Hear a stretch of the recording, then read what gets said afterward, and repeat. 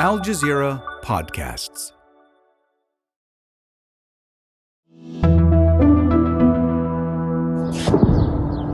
Today, voices from a year of war in Sudan. I think so much has been lost in just this 1 year of conflict. There's always, at the back of my head, sounds of war, basically. It's been heartbreaking. What have the people endured, and what do they still hope for the future? I'm Natasha Del Toro, and this is The Take.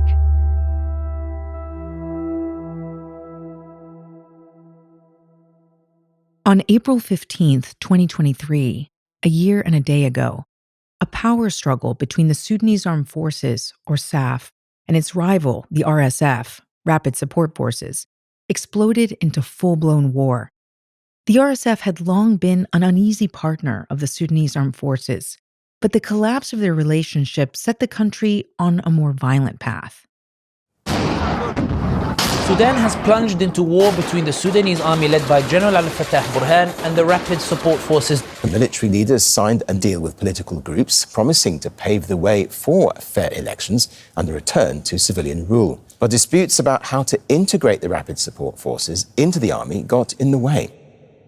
But when Hamid Khalahfallah thinks about that time just before the fighting started, he remembers a very different Sudan, especially in the capital, Khartoum. It was just a few days before the end of Ramadan and Eid, and the city was just full of light, full of vibrance and decorations everywhere. Hamid was born and raised in Sudan. He's now a Sudanese policy analyst. He left Sudan for the UK last year. And he says that last year's Ramadan was unlike anything he's felt before, and perhaps will ever again. The city, Khartoum, suddenly became full of social and cultural events. I saw so many people that I haven't seen for ages. Was seeing my friends every night because every night there was an event somewhere, and we really enjoyed it. We had a great time. Now, thinking about it, it feels like, Khartoum was bidding farewell to so many things, to us, to that sense of living that we had that Ramadan because of the war. The fighting engulfed not only Khartoum, but also expanded to all corners of the country. Now, for Hamid, returning doesn't feel like a possibility anytime soon. Although it's a painful reality, I'm also grateful that my last memory and my last experience of Khartoum was not, a city that is being restricted and controlled by a military regime. I'm so grateful that my last memory was something more vibrant and more representative of what Khartoum actually was for many of us. For those who stayed longer or are still there, the memories that they're left with are more harrowing. My name is Nisrin Elamin, and I'm an assistant professor of anthropology and African studies at the University of Toronto. I'm also a member of the Sudan Solidarity Collective based in Canada. Nisrin's last memories in Sudan are of her evacuation with her 3-year-old daughter and elderly parents. They traveled by bus and by ship before reaching Saudi Arabia and then Turkey. This was when we heard from her a year ago. I'm at the airport in Istanbul right now. I'm feeling mostly exhaustion, but also relief. My parents and I split in Jeddah. They ended up on a different flight to Istanbul and are going to be staying there for a couple of weeks before heading to the States. She's now back home in Canada, watching the war from a distance. At times, I wish I had stayed, especially for the elderly women in my family who are less mobile and more vulnerable. And I know it sounds irrational, and it's probably shaped by survivor's guilt, but I worry about those that are unable to leave. Who's going to bring them food and water and medicine? So I worry quite a bit about my family that have had to stay behind in Khartoum, in the Jazeera, in Kordofan, and in other parts of the country. Some twice and now 3 times displaced and unable to figure out how to get travel documents or basic food items without putting their lives at risk. I also think about the privilege of having been able to get out. And I think about all the parents and caretakers, many of whom are women, who are risking their lives every day to feed their loved ones, how so many of them experience sexual violence, sometimes in their own homes, by RSF soldiers who invade and loot and occupy the intimate spaces of their homes, as a result of simply wanting to care for their loved ones. And that's kind of stayed with me. I've long known, right, this kind of violence has deeply impacted women in South Sudan, in Darfur, in the Nuba Mountains, and in other marginalized parts of the country for decades. But this war has forced me to think about it differently, beyond the abstract. The shame I felt for not being able to feed my daughter properly, for feeling like I might not be able to protect my nearly 90-year-old father from the barrel of a soldier's gun as he got questioned at checkpoints, these are the moments that have stayed with me. And Nisrin knows that those moments from her family's journey out of Sudan would likely be even more difficult today. I often think about how much harder, how much more expensive, how much more dangerous it's gotten for people in my own family and beyond to leave the country. As hard as our journey felt crossing the Red Sea by ship, it is now infinitely harder for people to get to safety, particularly crossing into Chad from various parts of Darfur. Sudan borders 7 countries. The Sudanese diaspora is spread across continents, and yet most of these borders remain very difficult to cross. It was, I think, largely my newly acquired US passport that got us out, and we were incredibly lucky that this privilege was extended to my parents, who don't have a US passport, by Saudi officials who allowed us to keep our family together. If they had refused, we might still all be there. For those who are still in Sudan, the conflict has displaced more than 8 million people over the past year. Tens of thousands are believed to have been killed, though conditions on the ground have made it difficult to reach an exact death toll. The UN says a humanitarian travesty is playing out in Sudan. Almost 25 million people, that's around half of Sudan's population, are in need of humanitarian support. The World Food Programme now says what began as a power struggle could become the world's largest hunger crisis. And yet, between the warring sides, not much has changed the balance of power between the Sudanese Armed Forces and the RSF. Neither of them have been really able to gain an upper hand against the other on the battlefield. That's Matt Nashed. He's an Al Jazeera senior producer who's been reporting on Sudan's war over the past year. He's been covering not just where the fighting has happened, but how brutal the tactics have been. One story that stands out in his memory shows how the violence has increasingly fallen along ethnic lines in the area of West Darfur. We've seen an entire people, the Masalit, a non-Arab community, that were essentially ethnically cleansed, and most of them now are in Chad at the moment. According to the UN panel of experts, both the RSF and allied Arab militias ended up killing 10 to 15,000 people. That might still be a very conservative estimate. And when the RSF, after essentially beginning its ethnic cleansing campaign in June, finished it off months later when they attacked a displacement camp in West Darfur called Ardamata. And in a matter of a couple of days or a few days, they killed at least 1,300 people, perhaps up to 2,000. We're not going to know. But it was maybe one of the more harrowing massacres that happened in complete silence. That silence has been hard to bear for the Sudanese people. Many feel the destruction of their country is being forgotten. And within that void, they've organized to fill it how they can. They're led by civil society networks that took shape in the years before this war broke out, during the years of Sudan's pro-democracy revolution. In 2018, in December, there was a mass pro-democracy protest. And over time, there was these neighborhood local committees, completely civil-led, that coordinated with one another and became, quite sophisticated in the way that they organized protests.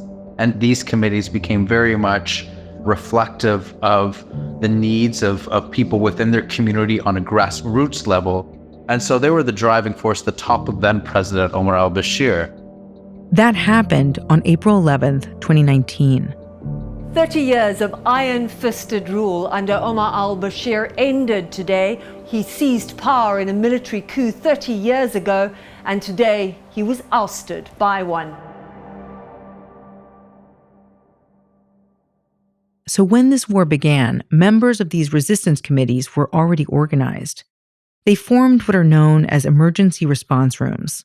Ferrying vulnerable people out of their neighborhoods where there was heavy clashes, or providing first aid, or things of this sort. And they were incredibly vital at the time because a number of aid agencies had suspended operations when the war erupted in Khartoum.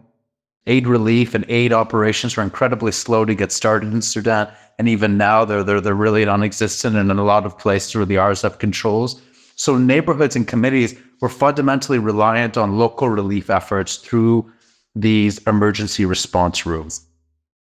But Matt says these lifelines are also being targeted by both sides, the RSF and the army.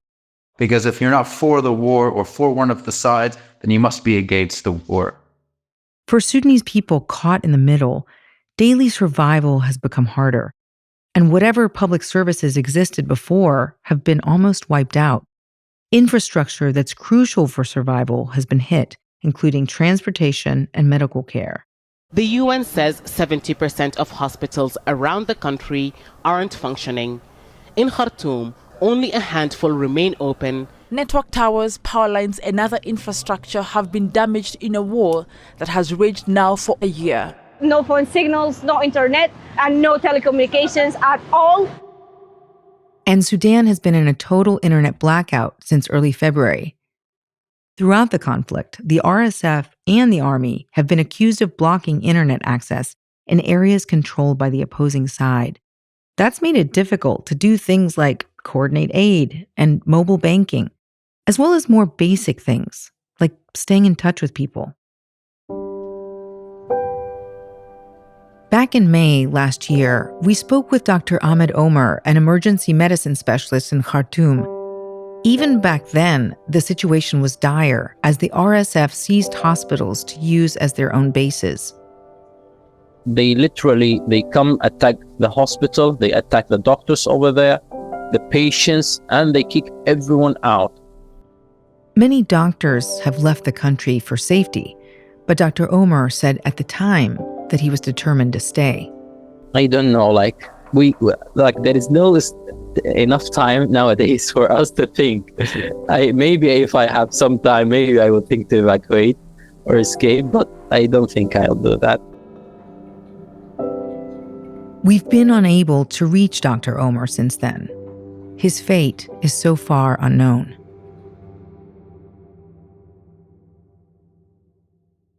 After the break, what the fight for Sudan's future looks like now.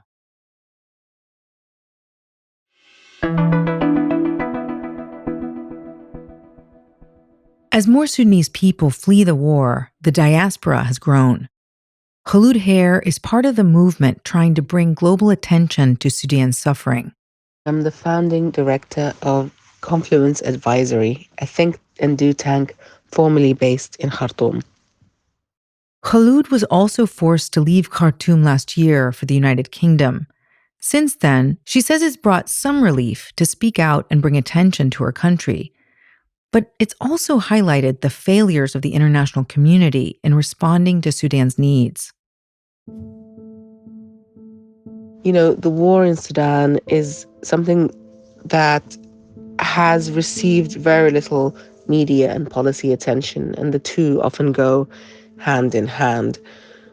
But that is a choice. It is not as if the people of Sudan have not been highlighting what they have been going through. It is not as if humanitarian aid agencies have not been ringing the alarm about the famine that is already upon Sudan, about the humanitarian disaster that is already upon Sudan.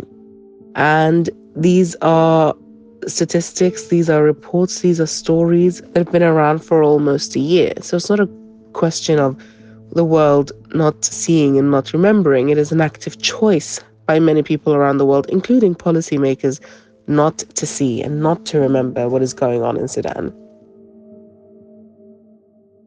This lack of action has made Kholood skeptical of any claims that a ceasefire among the warring sides might be coming soon.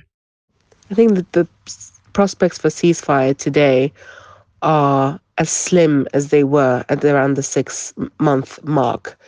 The UN had planned for a Ramadan ceasefire to be in place, and even though the resolution miraculously passed at the UN Security Council in New York, there has been no movement at all from any of the belligerent sides to actually adhere to this UN resolution calling for a ceasefire because of the holy month of Ramadan and then the Eid festivities. If anything, we're expecting that the military campaigns will not cease in the near future. The two sides still believe that prosecuting this war militarily still remains an enticing prospect for them over the prospect of a mediated settlement. That doesn't mean that a mediated settlement or a ceasefire is not possible in the future. All of Sudan's wars have ended in a mediated settlement. None have been settled militarily. But it just means that the conditions right now are not ripe for that. But even without those conditions for a ceasefire, Kholood refuses to give up on the Sudanese people. You know, history tells us that this war may last 20 years. But if this war even lasts a fraction of that, 5 years or 10 years, so much more may be lost, which means that pockets of hope are very difficult to come by. Having said that, we are seeing that despite all the grim realities of this conflict, despite where this conflict may take us, we're seeing ordinary people within communities come together to prepare and deliver aid to each other, protecting each other through the difficult times and incursions by soldiers. But really, I think the shining spark is that, a few days ago we celebrated the anniversary of the April 6th uprising of 1985 and the anniversary during the 2019 revolution when many people flooded into the capital city demanding the fall of the Bashir regime.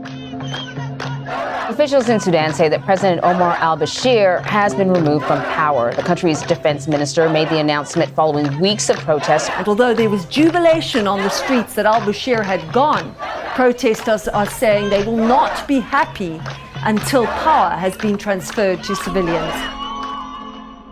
And it was a timely reminder, really, to remember that there's a greater thing here that we're all fighting for, and that those pro-revolution sentiments and those fighting for a democratic Sudan still remain and will continue to remain.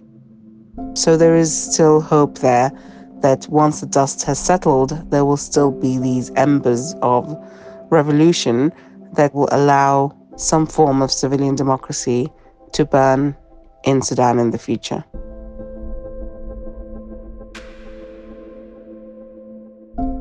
And that's The Take. This episode was produced by Miranda Lin with Amy Walters, Ashish Malhotra, Chloe K. Lee, David Enders, Veronisa Campana, Khaled Sultan, Nagin Oliai, Suri El-Khalili, Sonia Bagat, Zainab Badr, and me, Natasha Del Toro, in for Malika Bilal. Our sound designer is Alex Roldan. Alexander Locke is The Take's executive producer. And Nay Alvarez is Al Jazeera's head of audio. We'll be back tomorrow.